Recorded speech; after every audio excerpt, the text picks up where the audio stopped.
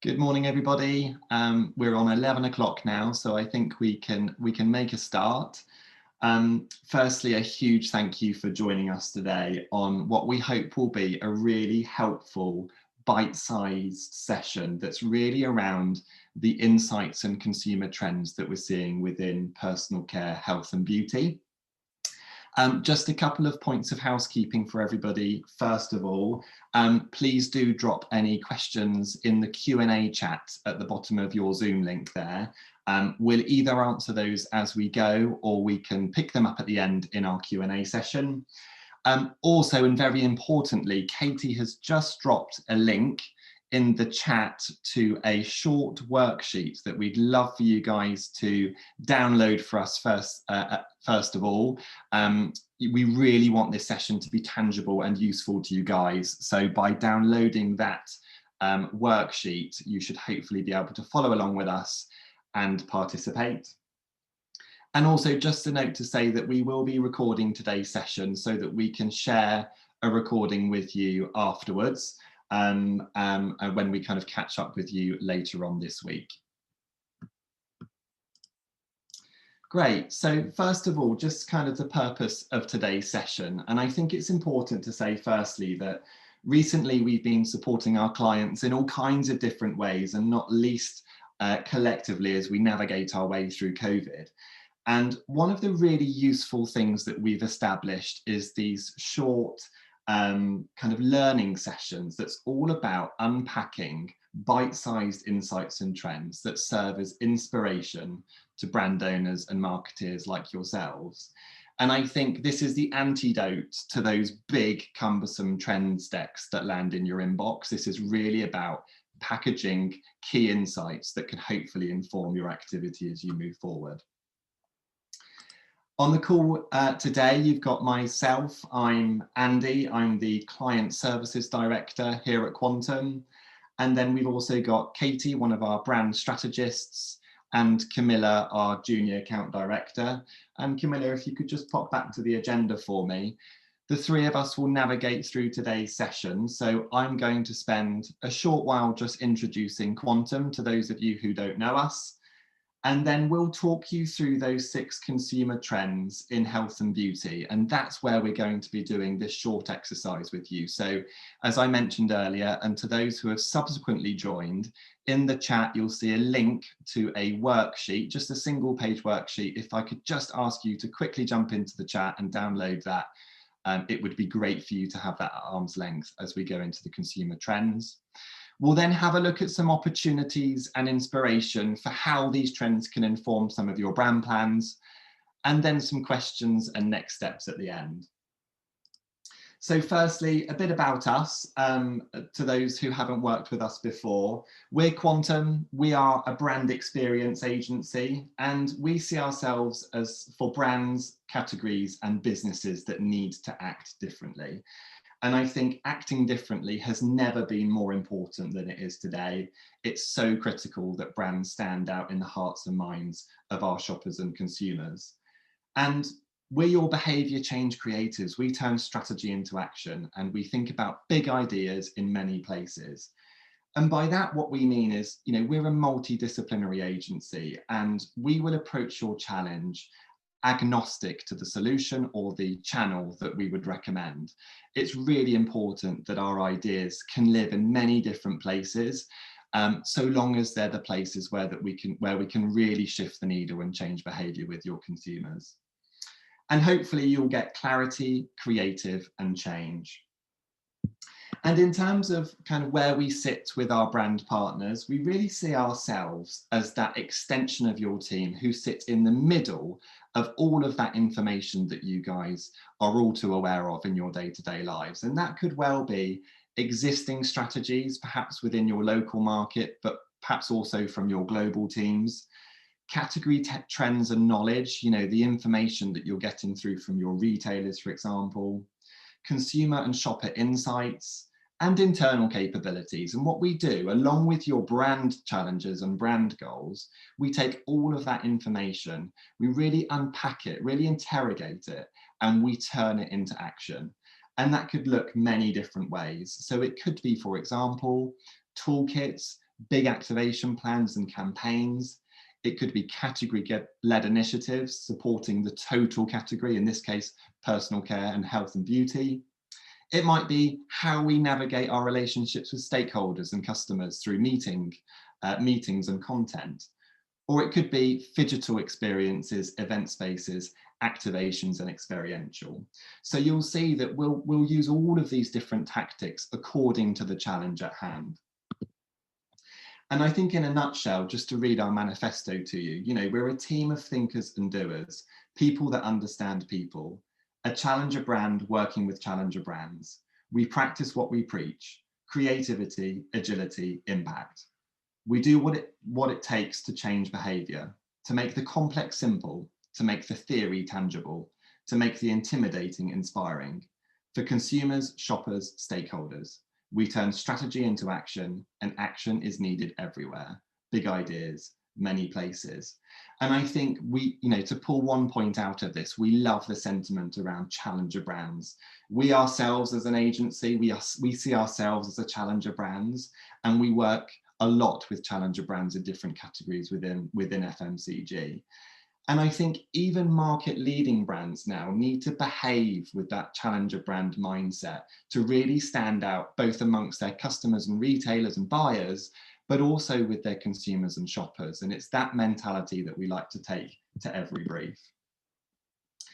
In terms of what we do and how we manifest our activations, it could be any number of things. So brand and category. So things like standout activations, events, toolkits and spaces that help grow the brand and or the category.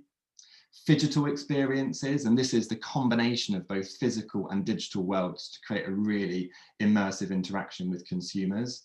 And we see that as working across both physical path to purchase activation, but also in the digital space.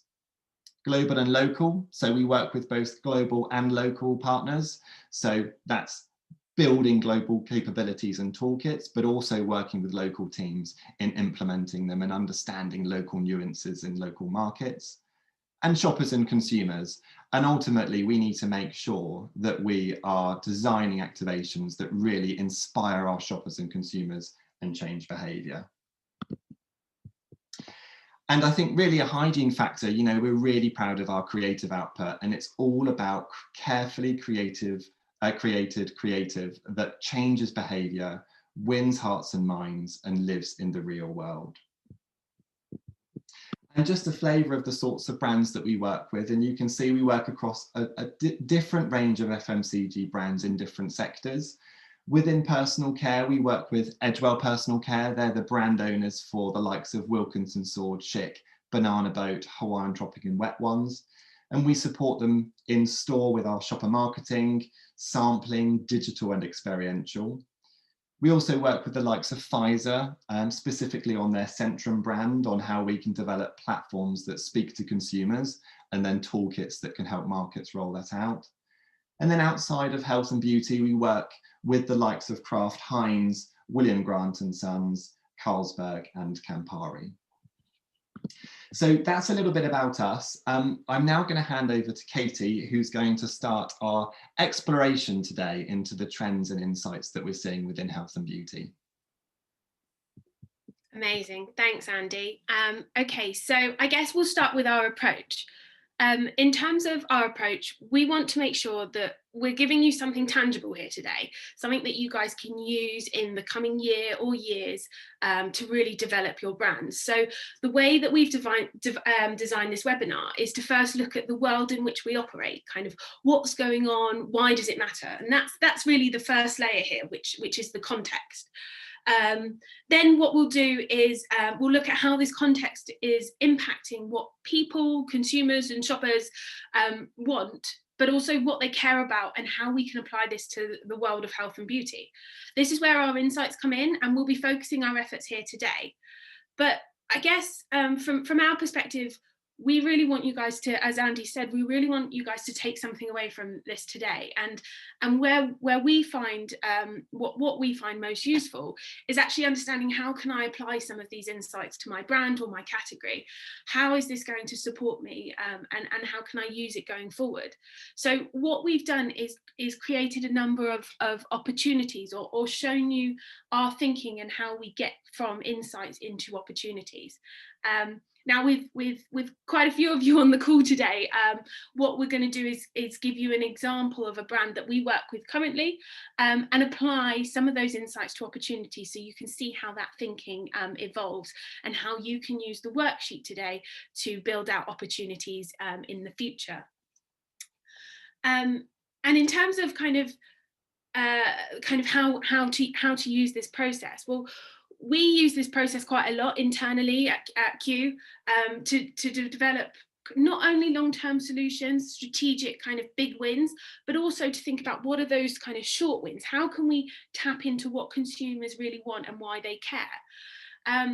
Such as kind of maybe it's the right content or messaging behind a tactical promotion or a social media campaign. So when we're thinking about opportunities, we're not just thinking long-term innovation pipelines, which we can obviously consider if it feels right for the brand, but also what are those quick wins? What are some of those really short-term tactical promotions or campaigns that we can run that really tap into some of these insights and engage with our audiences?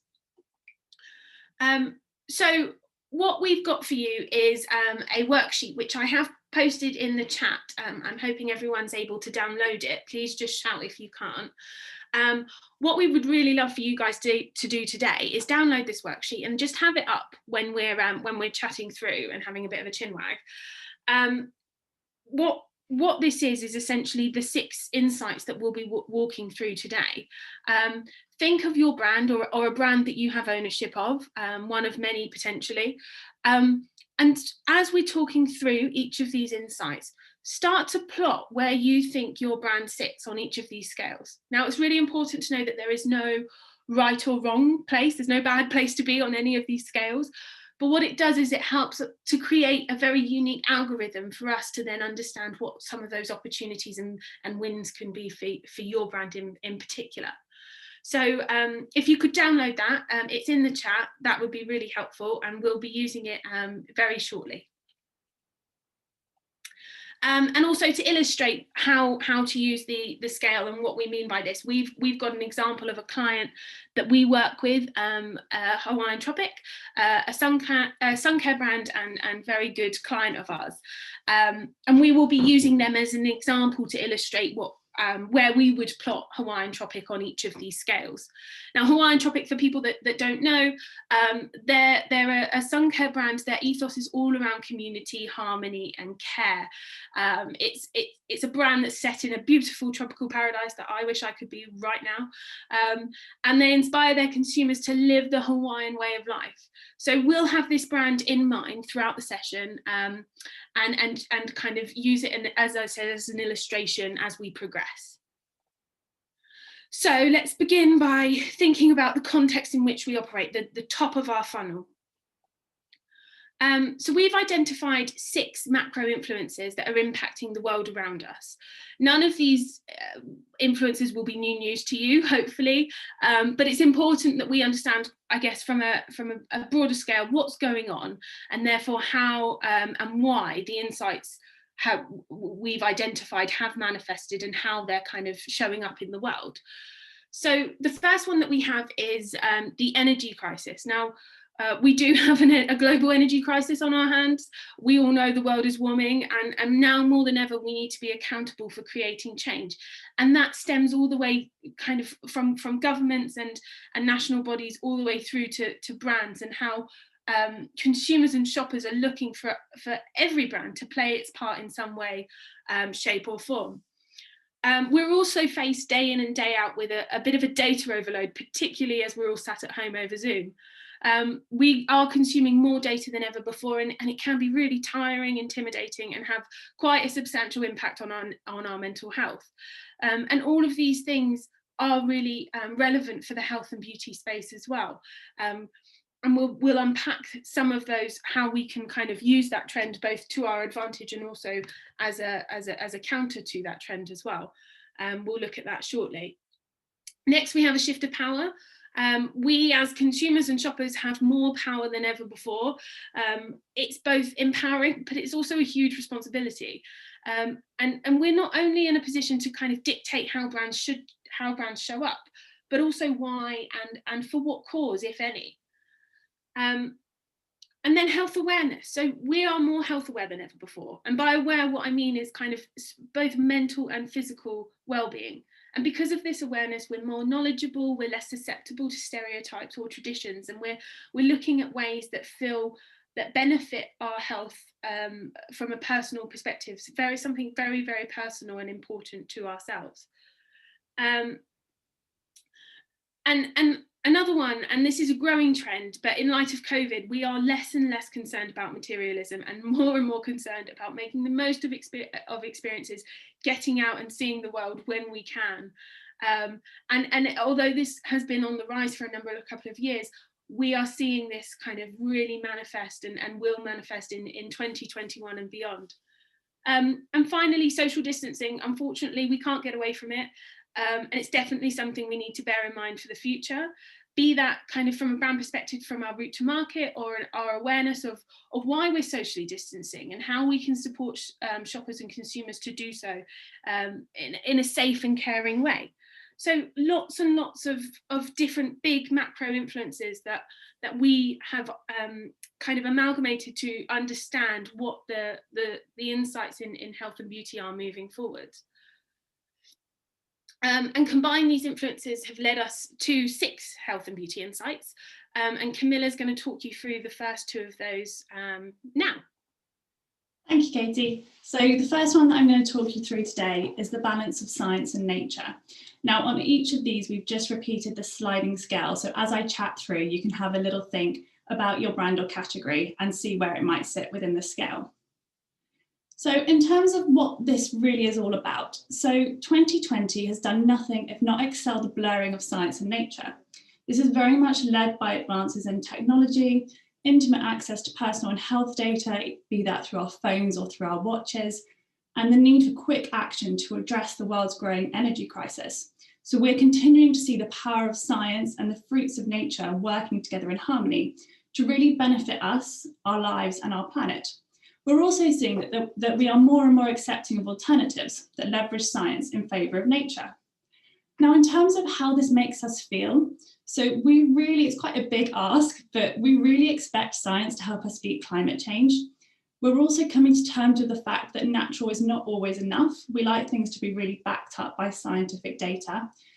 And also the everyday purchases that we make, we want to make sure that these aren't impacting the planet. So we're really looking at our brands to help us save the planet. So we know that 90% of consumers say that businesses have a responsibility to improve the state of the world. And 69% of consumers believe that emerging technologies will fundamentally impact the way that they live. So what we've done is we've taken some examples from different brands about how they're really taking this insight and running with it. You'll see in here, for example, we've got Carlsberg. So most of the ones that we're showing you today are within the health and beauty sector, but we have also put in some from different sectors where we think they're really sort of leading the charge with this trend. So the first one that we have is with the skincare brand. And what they're doing is they're utilising the restorative power of stem cell technology. And what this does is they're using technology to activate the body's stem cells to basically repair damage that's caused by your lifestyle or the environment around you. So this is all really about using sort of the top scientific data that we have, but harnessing the body's natural ability to renew, so sort of bringing those two together.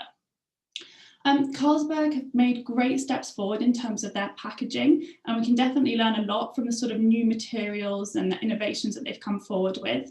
So they're doing, for example, recyclable bottles, which are made from sustainably sourced wood fibres. It's one of their latest innovations, and you might have also seen, for example, their snap pack that they developed as well. Then we've also got Neutral, and they really believe that natural doesn't always mean effective skincare protection. So these brands are sort of 0% free from, but not 100% natural. So as you can see, we've got our scale again here. So we've taken, like Katie mentioned, the Hawaiian Tropic brand as our example.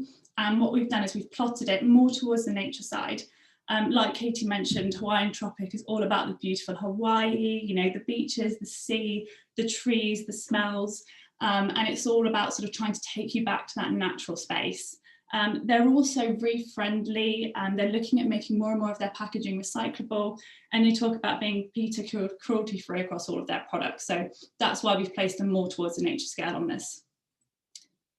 Now, the second insight that we're going to look at is our goodbye shrink and pink and hello gender neutrality. So again, a quick reminder of the scale for you on this one. So what is this one? So long gone are the days of pink and blue products. What we're really seeing is a shift in the power at the top, and gender stereotypes and perceptions of masculinity are really blurring the lines of gender appropriateness. So we're starting to ask questions like, why can't men wear makeup? Why do women need to shave their legs? Personal care should really be personal, and it doesn't need to be defined by gender. So in terms of how this makes us feel, so we really want to feel empowered and accepted. We want brands to take a stand on traditional gender stereotyping. And we really want brands to sort of open their eyes to the beauty of being unconstrained. You know, we really want brands to see us as individuals and not just put us into buckets of male and female. So also interestingly, recent studies have suggested that genetics account for 50 to 60% of aging, which means that how we age and what happens to our skin is down to a genetic predisposition, not gender. So in terms of how this is manifesting, there's some brands doing some really interesting things in this space. Groom is a great example of this. They are all about inclusive skincare. I mean, really, why do women's skin care choices have to be so complicated? I swear with women's skincare, you know, something for eyebrows, eyelashes, everything. Whereas guys, it's like one product will do your hair, body, everything. So they're really looking at how we can sort of look at products for different parts of the body rather than just for women and just for men. And then Gucci as well, they're sort of leading the charge by launching this gender neutral fragrance that smells great on everyone, because ultimately, when did smell start to have a gender? And sort of it's their ultimate pledge for inclusivity and acceptance. And they've also got some pretty aspirational celebrities headlining it, which definitely helps. And then we've got our final one, we've got this DNA inspired skincare. So they're really linking back into the fact that your genetics really changes the way that you age, not just whether you're a guy or a girl. So what they do is they test 16 genetic variations via a cheek swab, and then they can send you a fully personalized recommended skincare routine based on your data composition. And they call this one Skintelligence. So just jumping back onto our scale here, we've done the same thing again with Hawaiian Tropic. Now on this one, it's quite an easy one to do. We've really put them towards the feminine side. If you look at all of their advertising, you'll see that it features all women. Their target audience is female, and also, yeah, their products are very much targeted towards that female demographic. I'll now hand back over. Thanks, Camilla. So the next insight we'll walk you through is around the shift in perceptions around functional beauty. And the sliding scale we've got here is between look good and feel good. So whilst we're talking through this one, again, have a think about how this applies to your brand and where you might put them. So in terms of functional beauty, this has really stemmed from the macro influences of health awareness, and also the kind of social distancing aspect and everything that surrounds that, the need for social distancing. And in terms of what it is and what we mean by it, well, in the aftermath of COVID, we're more aware and concerned than ever before about hygiene, wellness and immunity. And we've prioritised personal care routines that make us feel good over those that make us look good, particularly over lockdown. And we'll come to a stat about it in a minute. But as we're not going out so much, it's not about what we put on our faces or what we use to show the world that that we have face, but it's about making us feel good about ourselves and providing a personal care or skincare or a health and beauty care routine that really kind of does something for me, really makes me feel good. And we've learned what's good for us and why. We've had that opportunity to experiment and play around with what works and what is right for me. So as the world opens up, let's be prepared for more questions. Let's be prepared for consumers and shoppers to have less patience, and also to have higher expectations. They're now more knowledgeable than ever. So we need to be aware of that. And because beauty is fundamentally no longer skin deep. And in terms of how that makes us feel as consumers and shoppers, we are knowledgeable and less influenced by brand jargon.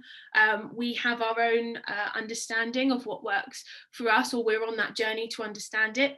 And therefore, we want to find brands that really understand the journey that I'm on. And we feel more comfortable in our own skin than we have ever before. And that's really nicely backed up by a stat that we have on the next page. 56% of women surveyed recently reported they now feel more confident in their own skin due to weeks of refocusing their beauty routines at home. An unexpected but welcome benefit of lockdown, which is a really great positive stat to read throughout kind of all of this craziness. And in terms of how that's manifesting and what brands are doing already to kind of tap into this insight, well, we've got Zoe Skin Health. This is founded by a leading dermatologist. That they offer sun care range that offers kind of ultimate sun protection in 3 shades, so you can keep applying throughout the day and always look your best. So this is really combining the functional elements of effective sun care, but also with beauty, and developing something that really makes you feel and look good.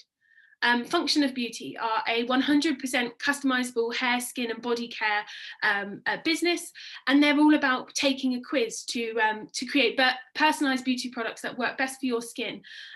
It's beauty that works, essentially. So this is really understanding about what is it that your skin needs and how can we deliver great products that works for you.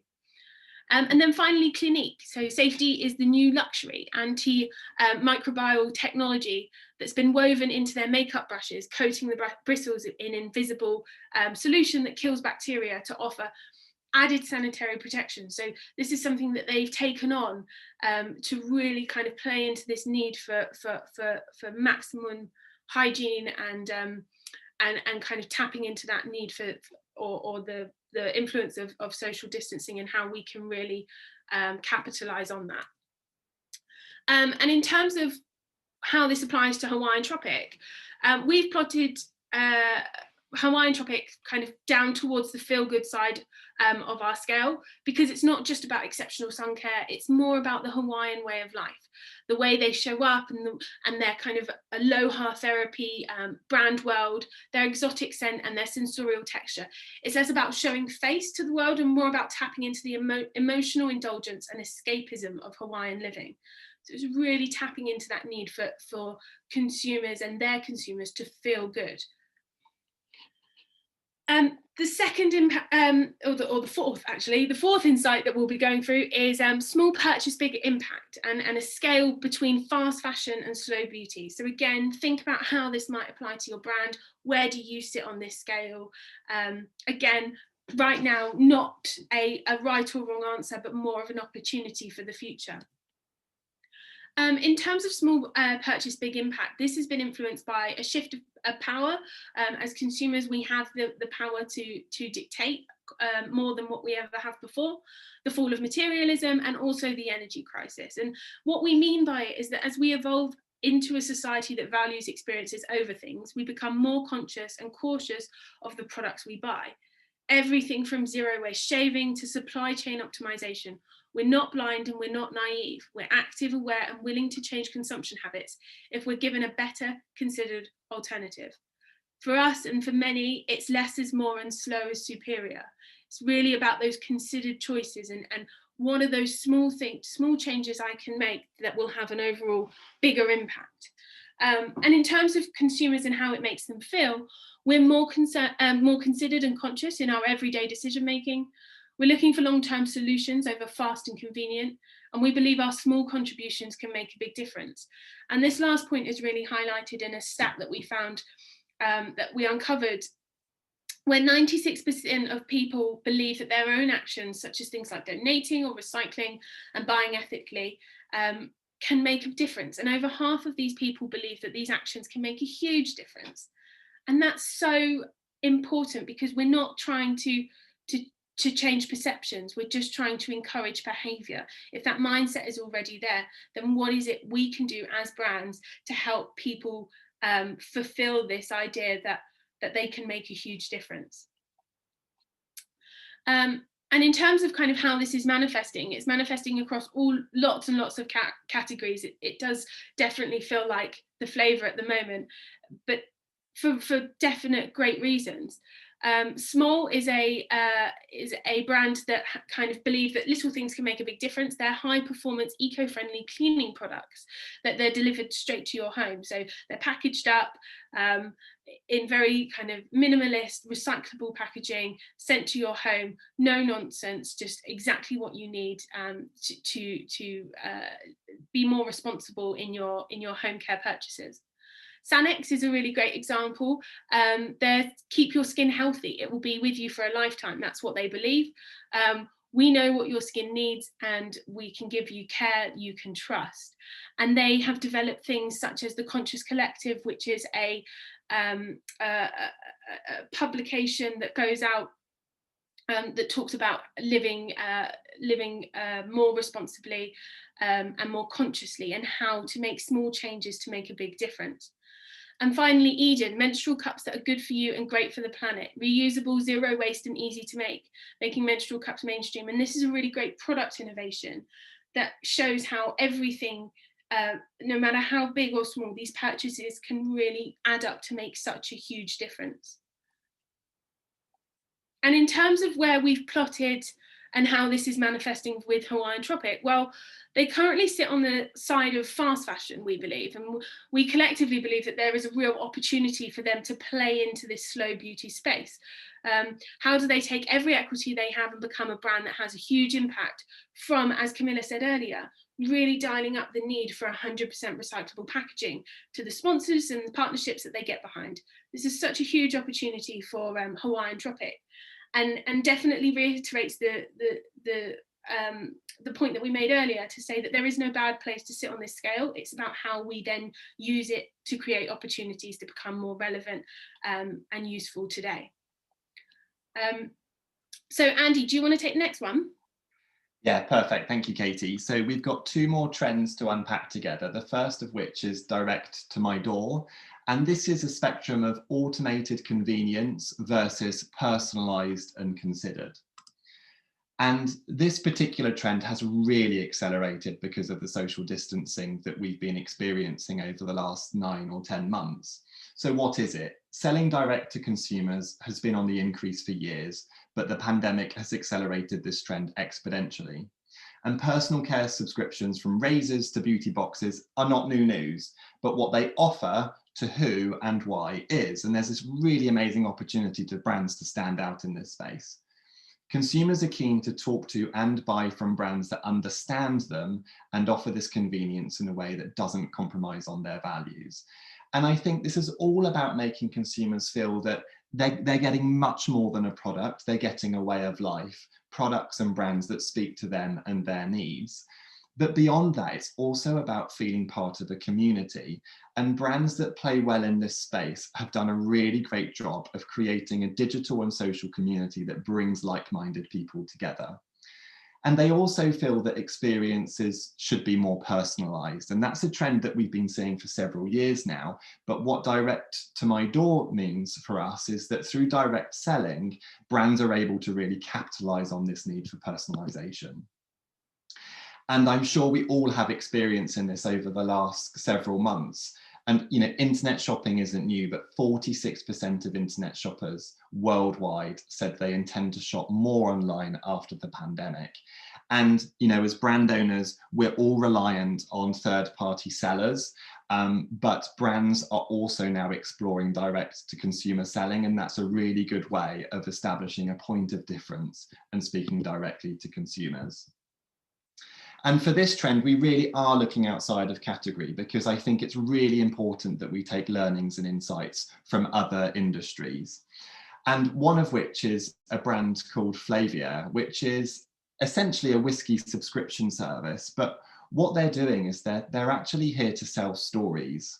And they sell on this idea that they are there to create discoverable moments to enjoy with friends at home. So it's all about entertaining the old-fashioned way. They'll help their consumers expand their palette, provoke their imagination, and enjoy real unplugged experiences with friends and loved ones. And I think that shift away from thinking that there are brands selling liquid or selling whiskey, they're selling moments, they're selling experiences.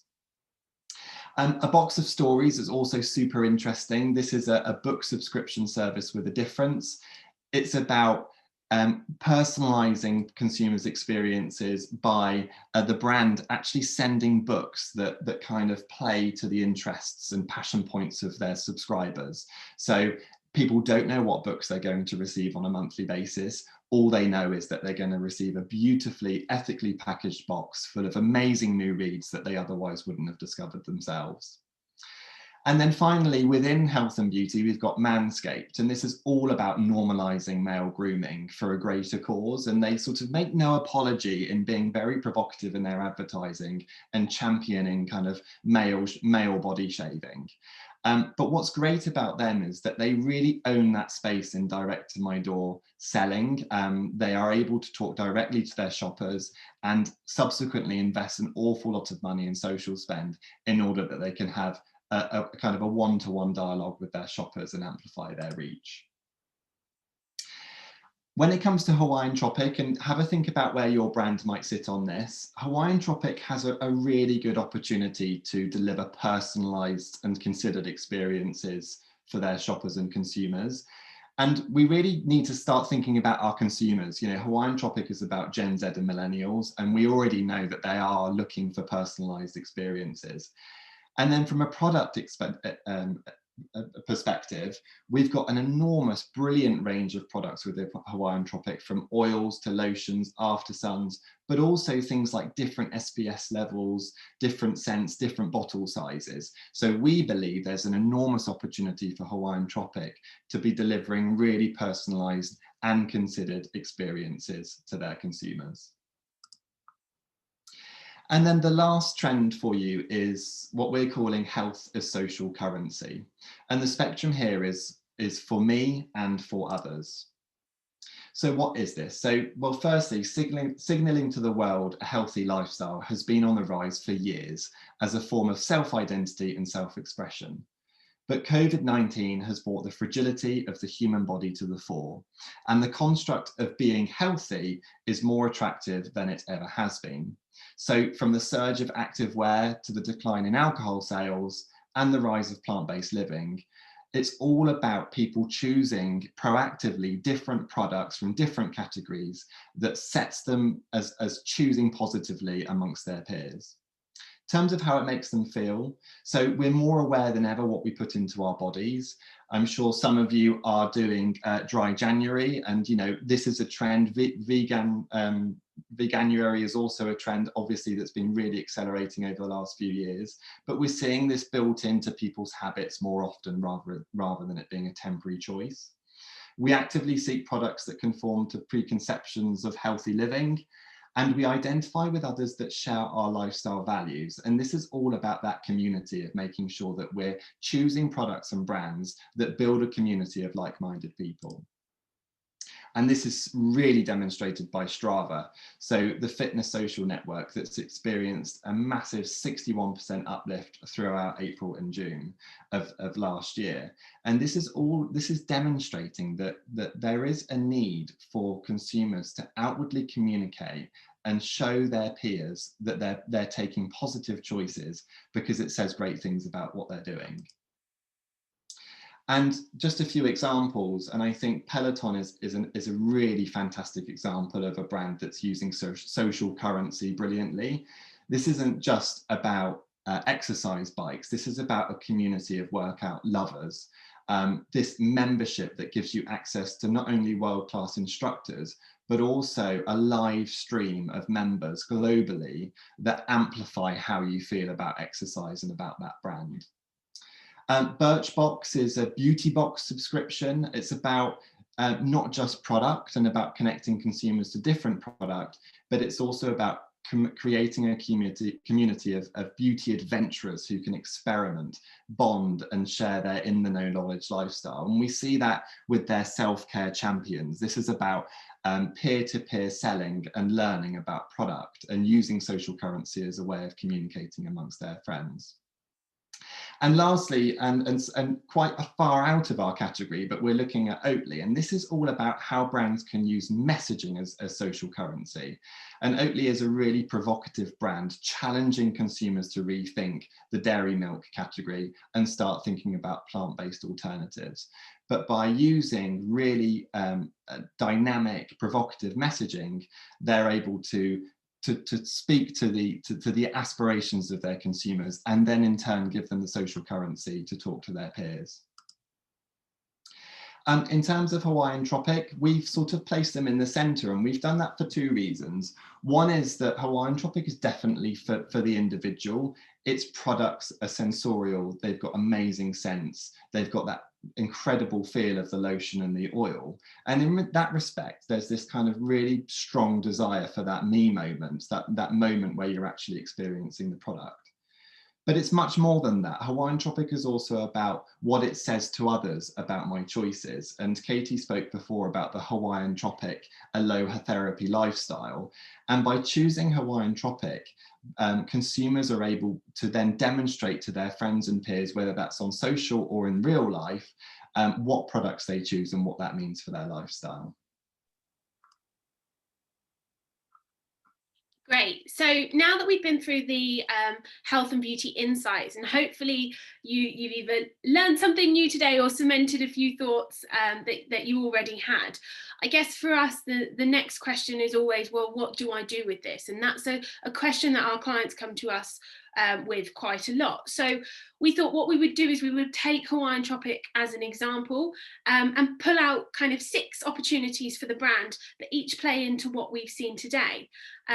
And what you can start to do is take your unique algorithm that you've developed from plotting your brands on each of the scales, and we can start to do something similar with your brand as well. So I guess the opportunities for Hawaiian Tropic, the first one that came to mind is really influenced by small purchase, big impact. Can we be the brand Hawaiian Tropic that fights for the coral reefs? Can we donate 20% of all profits on one SKU to the Global Coral Reef Alliance and have that as our championing, something that feels both relevant for our brand, but is also going to have a massive impact on the world around us? The second opportunity for the brand is all tapping into the ideal of functional beauty. Can we develop the sun positivity factor, SPF redefined? It could be a social activation around how Hawaiian Tropic can foster a sense of community and how we can help consumers see the beauty in the everyday. So it's not just about looking good and feeling good, but also the sense of community that you develop around that as well. And then the Hawaiian way is a third opportunity. We send creative mailers with candle making and perfume making using our natural ingredients to create our own personalized scent. So can we really tap into both the naturalness of our product and direct to our door in a super simple creative mailer that uses some of those scents and ingredients in our products in a way that feels super creative and interesting for our target audience or perhaps influencers that we really engage with. The fourth opportunity could be around Beauty 2.0. We saw a skincare brand offering sun protection. Can we do this opposite? Can we offer sun protection that also has beauty enhancers in it as well? Why do we have to be bucketed into sun care? Why can't we explore what the kind of the benefits of beauty can also do for our brand? The next one is 100% natural. So is it that we play into our natural cues, and where we plotted so extremely on the science to nature scale, can we really dial that up and go everything from our formulas to our packaging is 100% natural and derived from sustainable sources? And finally, a gift with purpose. So really, again, tapping into small purchase, big impact. Can we take taking products off your skin is just as important as putting them on?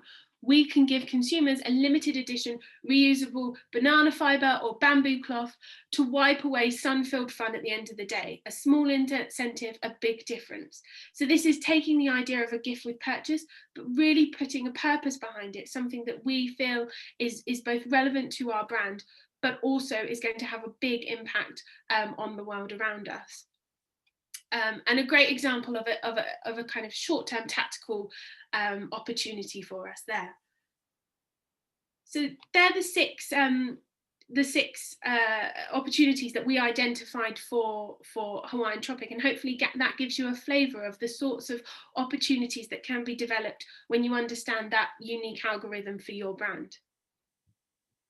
Thank you, Katie, and thank you, Camilla. And guys, I really hope that you found today's session helpful. And just to reiterate, you know, the purpose of these sessions is to really give you guys as brand owners bite-sized informations, trends and insights that will hopefully go into informing some of your activation plans. And we really encourage you to think not only about your bigger objectives, your sort of 1, 2, 3 year planning, but also about those quick wins, those small changes that you might be able to make to your existing plans that will really be bolstered by an understanding of these trends. We'd love to support you with these challenges if you think that would be helpful. So please feel free to send your worksheet to Katie on the email address on screen. Yeah, it's been great having you today, and we'll follow up with a recording so that you can have another listen or share amongst your team in the coming days.